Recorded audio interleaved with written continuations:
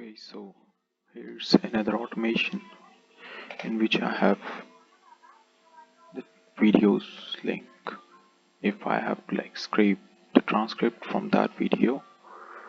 I'll be using this automation in which I'm first of all getting the rows in which specifically the videos link, and then afterwards I'm by these whole three nodes I'm getting the video ID specifically which I need in my HTTP node to fetch the transcript from, and then I'm creating a document and then updating it, and it is saving the file in my drive. And here's the transcript, the whole transcript of that video from start to final, and just by one click I have fetched the whole transcript without doing any manual tasks, or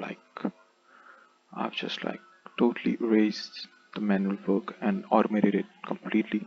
So thanks for watching.